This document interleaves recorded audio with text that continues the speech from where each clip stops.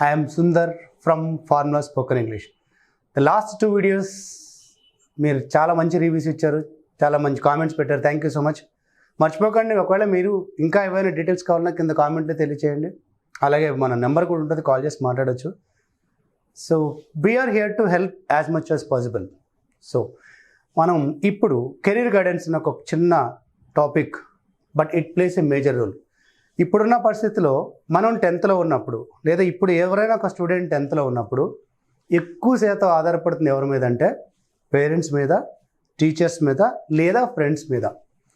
వాస్తవానికి 10వ తరగతి అయ్యి బయటకు వచ్చిన తర్వాత 110+ వేస్ ఉన్నాయి. అంటే మన కెరీర్ని బిల్డ్ చేసుకోవడానికి 100 రకాల మార్గాలు ఉన్నాయి.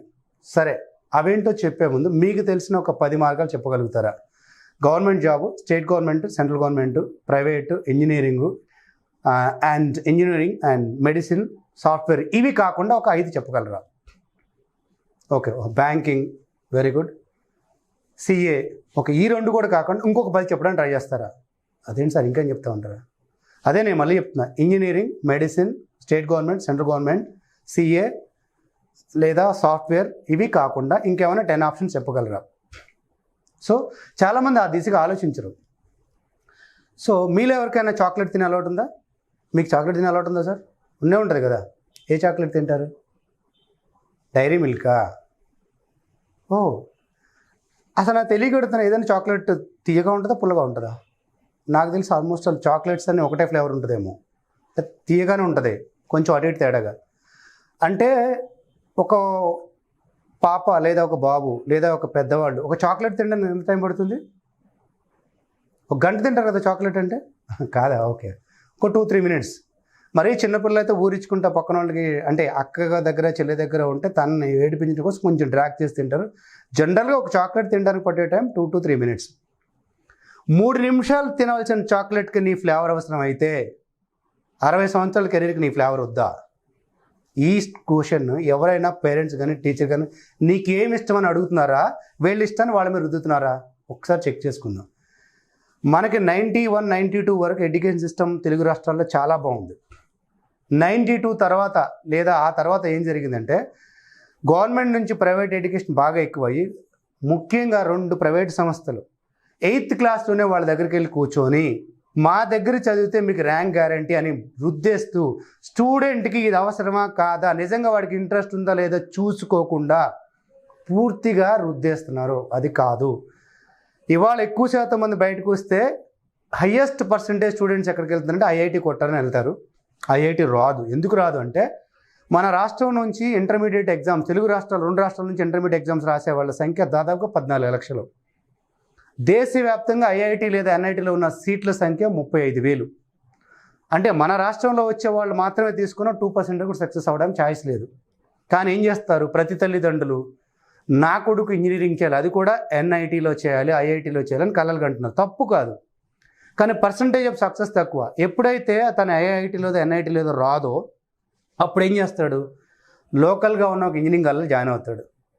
ఇంటర్మీడియట్లో 9/9 అదే 10/9 లేదా 10/10 వచ్చి, అంటే పూర్తిగా 100% రిజల్ట్ వచ్చిన వాళ్ళు కూడా నేను అనుకున్న కాలేజీలో ఐఐటీ చేయలేకపోయాను, ఎన్ఐటీలో చదవలేకపోయాను, లేదా అక్కడ ఇంజనీరింగ్ చదవలేకపోయిన ఫ్రస్ట్రేషన్తో ఫస్ట్ ఇయర్ అన్ని సబ్జెక్టులు పోయిన వాళ్ళు చాలామంది ఉన్నారు. కావాలంటే మీకు మీరేం చెక్ చేసుకోండి, మీకు తెలిసిన వాళ్ళు కానీ మీలో కానీ, ఒకసారి మీలో కూడా ఉండొచ్చేమో. అంటే తను అనుకున్నది ఒకటే, జరుగుతుంది ఒకటే. అంటే ఇంజనీరింగ్ ఒకటే లైఫా? ఇంజనీరింగ్ చేయడం నేను తప్పంటలా, కానీ ఏ ఆలోచన లేకుండా ఈ 4 ఇయర్స్ తర్వాత నేను ఏం చేయాలి, ఇంజనీరింగ్ తర్వాత కూడా 70+ ఆప్షన్స్ ఉన్నాయి, అవి కూడా తెలియక ఏం చేస్తున్నారు అక్కడ కూడా మళ్ళీ నాన్ సివిల్ అంటే నాన్ ఐటీ స్టూడెంట్ కూడా ఐటీ వైపు వస్తున్నాడు. అంటే ఈసీఈ వాళ్ళు, సివిల్ వాళ్ళు, వీళ్ళు కూడా మళ్ళీ సాఫ్ట్వేర్ అంటూ వస్తున్నారు. ఎందుకు సాఫ్ట్వేర్ వైపు వస్తున్నారు అంటే వీకెండ్ హాలిడేస్ ఉంటాయి, సాలరీస్ ఎక్కువ ఉంటాయి, ఆపర్చునిటీస్ ఎక్కువ ఉన్నాయి, వీళ్ళు కుదిరితే అవుట్ ఆఫ్ కంట్రీ కూడా వెళ్ళవచ్చు. కానీ ఇవన్నీ సాఫ్ట్వేర్ రంగంలో కానక వాళ్ళు కూడా వెళ్ళవచ్చు. యాక్చువల్గా చూద్దాం మనకు అసలు ఎన్ని రకాల అవకాశాలు ఉన్నాయో చూద్దాం. సో బేసిక్గా 10th తర్వాత వచ్చే అవకాశాలని మనం ఒకదాని తర్వాత ఒకటి స్టెప్ బై స్టెప్ చేసుకుంటూ వెళ్దాం. బేసిక్ మనం 4 కోర్సెస్ తీసుకుంటాం. అయితే బైపీసీ, ఎంపీసీ లేదా సిఈసి ఇట్లా మనం చెప్పుకుంటాం. సో బైపీసీ ఎవరు తీసుకుంటారు? నేను డాక్టర్ కావాలనుకున్న వాళ్ళు లేదా అగ్రికల్చరల్లో వెళ్తారు. ఇప్పుడు మన రాష్ట్రాల్లో ఎంసెట్ అని ఒకటి ఉంది. ఎవరైనా డెఫినెట్ చెప్పగలరు ఎంసెట్ అంటే? ఎంసెట్ రాసి ఉంటారు, మర్చిపోతారు. సార్ రాసాగానే అదే సరే EAMCET engineering and medical common entrance test అంటారు. కాదు, engineering agriculture and common entrance test అది. అంటే ఇంజనీరింగ్ అగ్రికల్చర్తో పాటు మెడిసిన్కి మనం రాయడానికి టెస్ట్ అది. ఒక బైపీసీ స్టూడెంట్ ఇంటర్మీడియట్ తర్వాత ఎంసెట్ రాస్తే ఏమేమి వస్తాడో ఈరోజు చెప్పుకుందాం. మిగతా అన్ని కోర్సు గురించి చాలా స్పష్టంగా ఉన్న అవకాశాల గురించి చెప్పిద్దాం. బట్ కంటిన్యూస్గా ఈ వీడియో చూస్తే మీకు అవగాహన వస్తుంది. ఒక వీడియో చూసి లేదా స్కిప్ చేసిందా చెప్పాను మీకు. మనకేంటంటే నెక్స్ట్ డే ఉందో అన్నీ క్లియర్గా ఉంటే ఒకసారి పూర్తిగా చూద్దాం మనం. అప్పుడు మీకు అవగాహన వస్తుంది. వీలు కుదిరితే ఇంకా పెన్ను పేపర్ పెట్టుకొని రాసుకుంటే గుర్తుంటుంది. అంతేగా నెక్స్ట్ ఏముండదు. ఫైనల్గా ఏమొస్తుందంటే మీ వీడియో అయిపోయిందని వస్తుంది. అలా కొట్టుకుంటూ వెళ్తే మనం. సో ప్లీజ్ ఒకసారి క్లియర్గా చూస్తూ మాట్లాడుకుందాం. బైపీసీ తర్వాత ఆప్షన్స్. నెంబర్ 1 డాక్టర్ కావాలనుకునేవాళ్ళు. డాక్టర్ కావాలి అనుకునేవాళ్ళు ఎవరైనా ఉంటే 3 విషయాలు మీరు స్పష్టంగా గుర్తుపెట్టుకోవాలి. కోర్స్ చేయడానికి 6 సంవత్సరాలు పడుతుంది. ఫస్ట్ ఎంబీబీఎస్ కోర్స్ మాత్రమే 5.5 అంటారు, బట్ అఫీషియల్గా అది 6 years పడుతుంది. తర్వాత ఖచ్చితంగా మీరు ఇంకో స్పెషలైజేషన్ చేయాల్సి వస్తుంది, ఎండి. అది కూడా చేయాలి. సో ప్లస్ మీరు ఫ్రీ సీట్ వస్తే తక్కువ ఖర్చు, బట్ ఎట్లా లేదన్నా కొంచెం ల్యాక్స్లోనే అవుతుంది. బట్ మీ పేమెంట్ సీట్ అంటే చాలా ఎక్స్పెన్సివ్గా ఉంటుంది.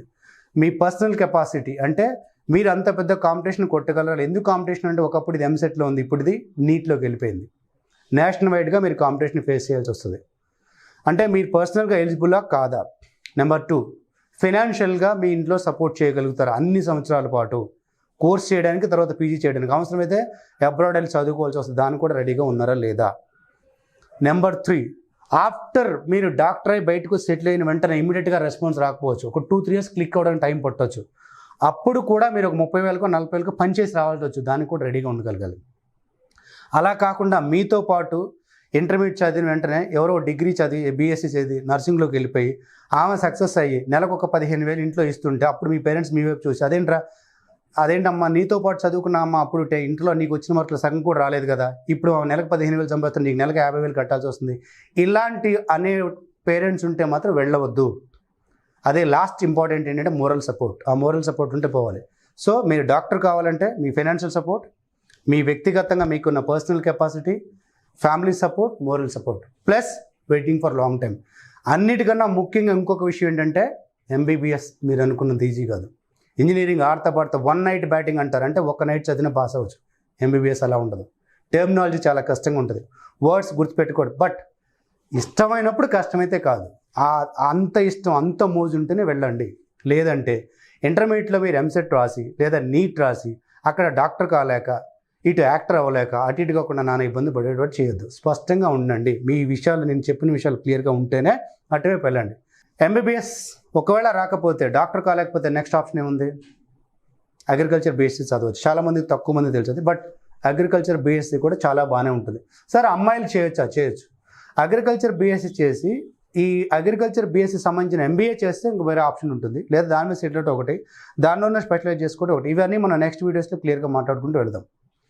ఆప్షన్ 2, ఆప్షన్ 3 వెటర్నరీ డాక్టర్, అలాగే హోమియోపతి డాక్టర్, అలాగే న్యాచురోపతి డాక్టర్. అవి కూడా ఎంబీబీఎస్ అవుతుంది. చాలామంది ఎంబీబీఎస్ వరకే ఆలోచించి అక్కడ ఆగిపోతారు. హోమియోపతి ఉంది, న్యాచురోపతి ఉంది, యునానీ ఉంది. మనకు స్టేట్ వైడ్గా వీటన్నిటికి ఒక్కొక్క కాలేజ్ మాత్రమే ఉంది. అంటే మీకు ఎంబీబీఎస్ బోర్డర్లో ర్యాంక్ ఉన్నట్లయితే చాలా దగ్గరలోకి వచ్చాకపోతే ఈ కోర్స్ కూడా చేయొచ్చు. వాటికి కూడా లైఫ్ బాగుంది. ఇప్పుడు మీరు చూస్తే న్యాచురోపతి మనకి తెలుగు రాష్ట్రాల్లో రెండింటికి కలిపి అమీర్పేటలో ఒకటే ఉంది, నేచర్ క్యూర్ హాస్పిటల్ అని చెప్పి. ఏ మెడిసిన్స్ లేకుండా కేవలం నేచర్స్ని మాత్రమే, అంటే మన బాడీలో ఉన్న తత్వానికి నేచర్కు ఉన్న తత్వానికి మ్యాచ్ చేస్తూ మన ఆహారపు అలవాట్లు జీవనశైలిని కరెక్ట్గా చేసుకుంటూ వాళ్ళు వైద్యం ఇస్తారు. ఇవాళ ఎక్కువ మంది దానివైపు పెరిగెడుతున్నారు. కొన్ని విషయాలు ఏంటంటే ఏ డాక్టర్ వల్ల కాంది కూడా ఫైనల్ స్టేజ్ అక్కడికి వచ్చి క్యూర్ అయిన వాళ్ళు చాలామంది ఉన్నారు.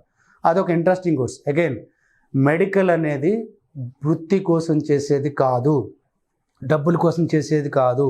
వైద్య నారాయణ హరి అన్నారు, అంటే నిజంగా మానవులకి సేవ చేయాలనుకున్న వాళ్ళు మాత్రమే అందులోకి రండి. అలా కాకుండా డబ్బులు సంపాదించాలి, పేరు సంపాదించాలి, మంచి కట్నం వస్తుందని ఇందులోకి వస్తే మొన్న రీసెంట్గా చూసాం. ఒక పక్కన ప్రాణాలు పోతున్నా కానీ ఇంకో పక్కన నాకెంత కడతావు 40 లక్షలు 30 లక్షలు బిల్ వేసే ఉంటారు. అవి చదివినప్పుడు మీరు ఎంత అసహ్యంగా వాళ్ళ గురించి ఆలోచించి ఉంటారో రేపు మీరు కమర్షియల్ అయినా వాళ్ళు ఇలానే ఆలోచిస్తారు. సో మెడికల్ ఫీల్డ్లోకి వెళ్ళాలంటే సంపాదించుకోదని చెప్పట్లే, కానీ మీ బేసిక్ ఐడియా ఇన్ హార్ట్ లోపల నుంచి నేను ఈ మానవ జాతికి ఏదో సహాయం చేయాలి అన్న దృక్పథం ఉంటే మీ వృత్తి ప్రవృత్తి ఒకటవుతుంది, మీ ప్యాషన్ అందులో కనపడుతుంది, అద్భుతంగా తీసుకొని వెళ్ళగలుగుతారు. సో మెడికల్ ఒకటి చెప్పాను, అగ్రికల్చర్ చెప్పాను, ప్లస్ వెటర్నరీ చెప్పాను, హోమియోపతి చెప్పాను. ఇవి కాకుండా B pharmacy, D pharmacy course ఉంది. ఫార్మసీ రంగం కూడా చాలా అద్భుతంగా ఉంది. గత 20 సంవత్సరాల్లో మీరు చూసినట్లయితే మీరు ఏ రంగమైనా అద్భుతంగా ముందుకెళ్ళి ఏదో ఒక స్థాయిలో కింద పడటం జరిగింది. మీరు ముఖ్యంగా తీసుకుంటే సాఫ్ట్వేర్ తీసుకుందాం, మనకు బాగా తెలిసిన రంగం కాబట్టి.